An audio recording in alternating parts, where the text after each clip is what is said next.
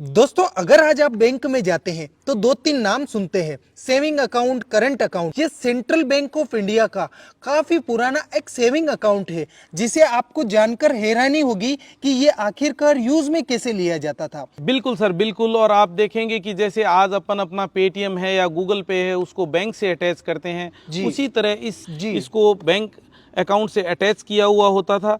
तो मैंने इसका पता लगाने के लिए सेंट्रल बैंक के एक मेरे मित्र हैं संतोष जी, जो बैंक मैनेजर हैं सेंट्रल बैंक में, उनसे मैंने जानकारी ली कि ये क्या चीज़ है। तो उनके द्वारा ये जानकारी दी गई कि सेविंग बैंक अकाउंट की शुरुआत सेंट्रल बैंक के द्वारा की गई है और किस तरह से सेविंग बैंक अकाउंट को मेंटेन करना है, सेविंग शब्द को किस तरह से घर घर में पहुंचाना है, उसके लिए ये बॉक्स कस्टमर्स को घर पे रखने के लिए दिए गए थे। अभी आप देखेंगे कि इस पे सर पूरा नंबरिंग वगैरह पूरा दिया गया है, जिस तरह से कि आइडेंटिफाई किया जाए कि ये किस कस्टमर का है और कौन से अकाउंट से अटैच किया गया है इसको। ये कस्टमर के घर पे रहता था।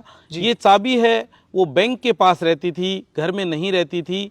और इसमें इस तरह से जो लोग हैं वो सेविंग इस तरह से किया करते थे। आप देखेंगे कि इसमें यहाँ पे एक जालीनुमा आकृति है, कॉइन डालने के बाद बाहर नहीं आ पाएगा।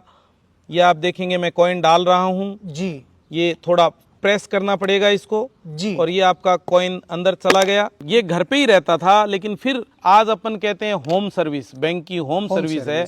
ऐसा कुछ नहीं है सर, पुराने ज़माने में भी बैंकों की होम सर्विस हुआ करती थी। उस वक्त में बैंक का एम्प्लॉई आएगा, चाबी अपने साथ में लेके आएगा, एक रिसिप्ट बुक लाएगा, इसको कस्टमर के सामने इस तरह से खोला जाएगा जी। आप देखेंगे इस तरह से ये आपका बैंक खुल गया है जी। जो सेविंग की गई है उसको यहाँ पे रख के काउंट किया जाएगा कस्टमर के सामने जी। और फिर उसको एक रिसिप्ट बना के दी जाएगी कि उसके अकाउंट में कितने पैसे जमा करवाए जा रहे हैं।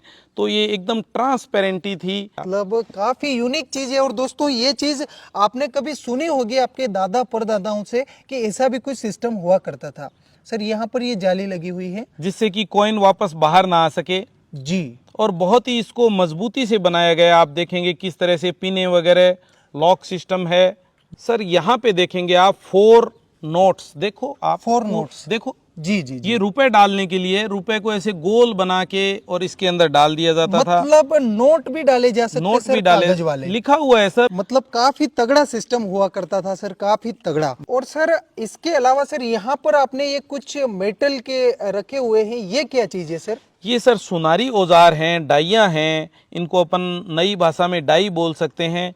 इन पे ज्वेलरी बनाई जाती थी। आप देखते हैं कि इस तरह की आकृति बच्चों के गलों में या इस तरह की अंगूठी बनती थी सर, इस तरह की जी, मतलब इस आकृति की अंगूठी पहनी जाती थी। अच्छा, मतलब सर ये ज्वेलरी बनाने के सांचे हैं पुराने टाइम के? बिल्कुल सर, बिल्कुल बिल्कुल। ये कांसे के बने होते थे और इनके ऊपर चांदी या सोने को इस तरह से रख के ऊपर धातु से पीट पीट के, लोहे से पीट पीट के, हथौड़ी से, और बीच में शायद कुछ चमड़े का यूज या ट्यूब का यूज, चमड़े का यूज किया जाता था ताकि वो इस सांचे में सेट हो जाता था। वो जैसे पन्नी ग्राम का काम होता है उसमें से वो सिल्वर पन्नी बनाने का कुछ उसी तरीके से होता बिल्कुल सर। ये आकृति उस धातु पे उभर आएगी और फिर उससे तरह तरह के ज्वेलरी बनाई जाती थी जी। गले में पहनने का, हाथ में पहनने का, अंगूठी जी। दोस्तों, आप यहाँ पर देख सकते हैं ये एक हार्ट का निशान है।